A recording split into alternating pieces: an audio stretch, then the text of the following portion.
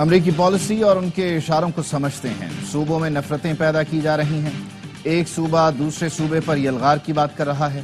سربراہ JUI مولانا فضل الرحمان نے کہا، ہمارے لوگ گاؤں دیہات میں غیر محفوظ ہیں۔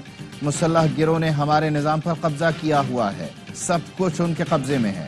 اب تو ڈیپٹی کمشنرز کو بھی کہہ دیا گیا ہے کہ گھروں میں رہو۔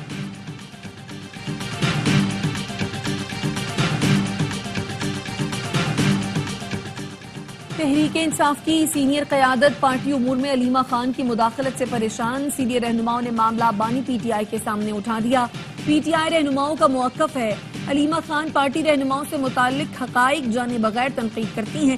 جیل ملاقاتوں میں بانی PTI کو بھی مس گائیڈ کر رہی ہیں۔ ذرائع کے مطابق خیبر پختونخوا سے پارٹی رہنما نے علیمہ خان کے بعض رابطوں کی بھی شکایت کی۔ بانی PTI نے رہنماؤں سے بہن کے بیانات کو نظر انداز کرنے کا کہہ دیا۔ علیمہ خان کا موقف ہے، وہ بھائی کی رہائی چاہتی ہیں، سیاست میں کوئی دلچسپی نہیں۔ بانی PTI جلد رہا ہوں گے، اپوزیشن لیڈر عمر ایوب کا دعویٰ۔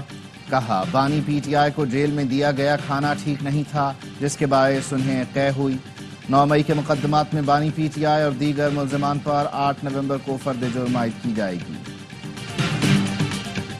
ملک میں پولیو کا ایک اور case report. National reference lab کی چاغی سے پولیو کیس رپورٹ ہونے کی تصدیق۔ رواں سال بلوچستان سے 22 پولیو کیس رپورٹ ہوئے، مجموعی تعداد 43 ہو گئی۔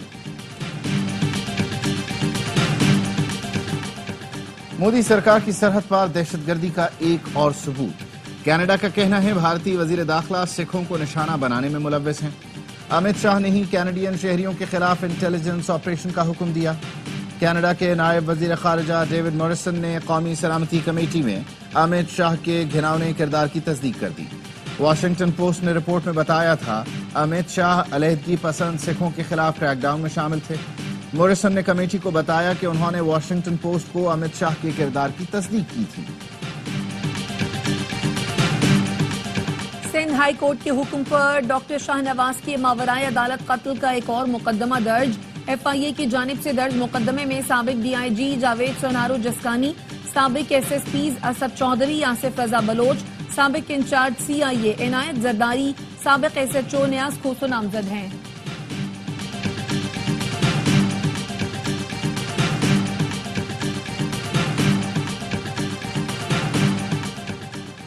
بغیر رجسٹریشن کوئی گاڑی اب باہر نہیں نکلے گی۔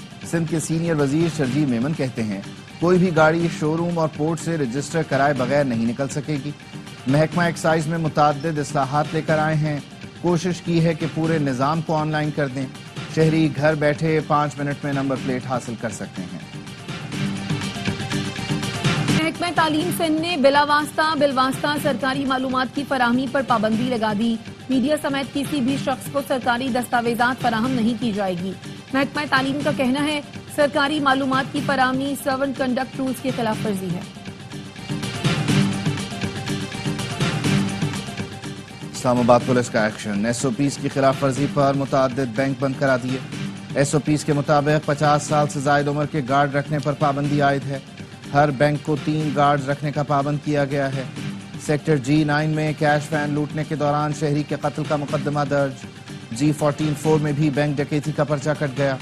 ڈاکو نے بینک گارڈ کو گولی ماری، اسلحہ چھینا اور 18 لاکھ روپے لے کر فرار ہو گیا۔ بارش، برف باری، ٹھنڈی ہوا اور بادلوں کے ڈیرے، موسم سرما نے دستک دے دی۔ کاغان اور ناران میں وقفے سے برف باری، سوات اور کالام میں برف باری سے سفیدی چھا گئی۔ اسلام آباد میں رات گئے گرج چمک کے ساتھ بارش، مختلف علاقوں میں کہیں ہلکی کہیں تیز بارش سے ٹھنڈک پڑ گئی۔ ہری پور میں بارش اور ژالہ باری، محکمہ موسمیات نے گلگت بلتستان اور کشمیر میں بارش اور برف باری کی پیشگوئی کر دی۔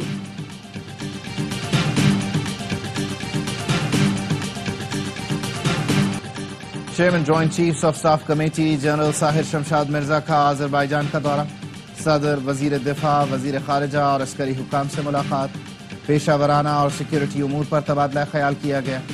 جنرل ساحر شمشاد مرزا کا کہنا تھا، پاکستان اور آذربائیجان کے درمیان فوجی تعاون کو مزید فروغ دینے کی ضرورت ہے۔ اسرائیلی فوج کی لبنان پر بھی بمباری، 24 گھنٹوں میں مزید 77 افراد شہید ہو گئے۔ بین الاقوامی تنظیم سیو دی چلڈرن کا کہنا ہے، لبنان میں اسرائیلی بمباری میں روزانہ 2 بچے شہید ہو رہے ہیں۔ حزب اللہ نے شمالی اسرائیل پر جوابی راکٹ داغ دیے۔ 1 ماہ کے دوران زمینی لڑائی میں 33 اسرائیلی فوجی مارے گئے۔ پاکستان سے امدادی سامان کی 18ویں کھیپ بیروت پہنچ گئی۔ 95 ٹن امدادی سامان گزشتہ روز روانہ کیا گیا تھا۔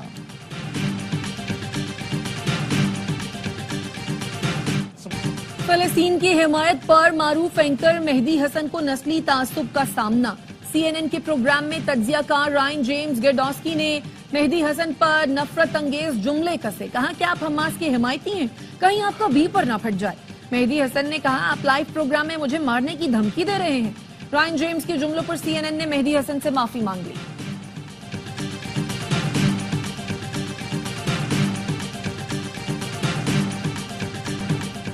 امریکی کونسل جنرل کرسٹین ہاکنگز کا ملتان کے گھنٹہ گھر کا دورہ، کہا پاکستان میں US ایڈ کے تعاون سے منصوبے جاری ہیں، گھنٹہ گھر کی بحالی کا منصوبہ شروع کر رہے ہیں۔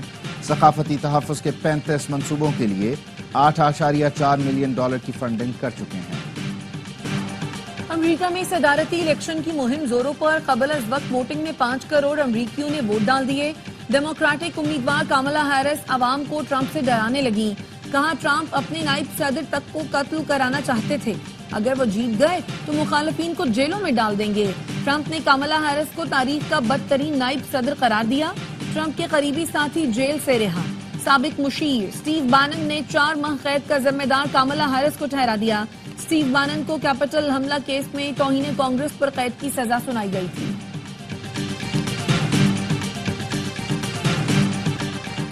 سعود شکیل اور نعمان علی کی شاندار پرفارمنس کا شاندار ریوارڈ۔ سعود شکیل 20 درجے ترقی کے بعد 7ویں نمبر پر آ گئے۔ انگلینڈ کے خلاف 2 ٹیسٹ میں 20 وکٹیں لینے والے نعمان علی ٹاپ 10 بالرز میں شامل۔ ICC نے نئی پلیئرز رینکنگ جاری کر دی۔ ساجد خان کی بھی 12 درجے ترقی، سلمان علی آغا کی 6، رضوان کی 1 درجے تنزلی ہوئی۔ شاہین آفریدی 15ویں نمبر پر چلے گئے۔ چیمپئنز ٹرافی سے قبل نیشنل اسٹیڈیم کراچی کی اپ gradation, chairman PCB Mohsin Naqvi کا اسٹیڈیم کا دورہ، تعمیراتی کاموں کا معائنہ کیا، شائقین کی سہولت کے لیے پارکنگ ایریا اسٹیڈیم کے قریب لانے کی ہدایت کی، کہا دن رات ایک کر کے وقت سے قبل کام مکمل کیا جائے۔ دنیا کرکٹ کی ٹاپ ٹیمیں پاکستان آ رہی ہیں، چیمپئنز ٹرافی کی میزبانی ہمارے لیے اعزاز ہے۔ 2 کروڑ دو ورنہ مار دیں گے، بالی ووڈ سٹار سلمان خان کو پھر قتل کی دھمکی۔ ممبئی پولیس نے نامعلوم شخص کے خلاف مقدمہ درج کر کے تحقیقات شروع کر دی۔ بھارتی میڈیا کے مطابق 1 ہفتے کے دوران سلمان خان کو دوسری بار قتل کی دھمکی ملی ہے۔ اور آرٹس کونسل کراچی میں عالمی ثقافتی میلہ جاری، انور مقصود کی نوجوانوں کو آرٹس کونسل آنے کی دعوت، کہا 2 نومبر کو اختتامی تقریب میں نوجوانوں سے دل کی باتیں کروں گا۔ ثقافتی میلے میں musical theatre play shame on you پیش کیا گیا، جسے شائقین نے خوب سراہا۔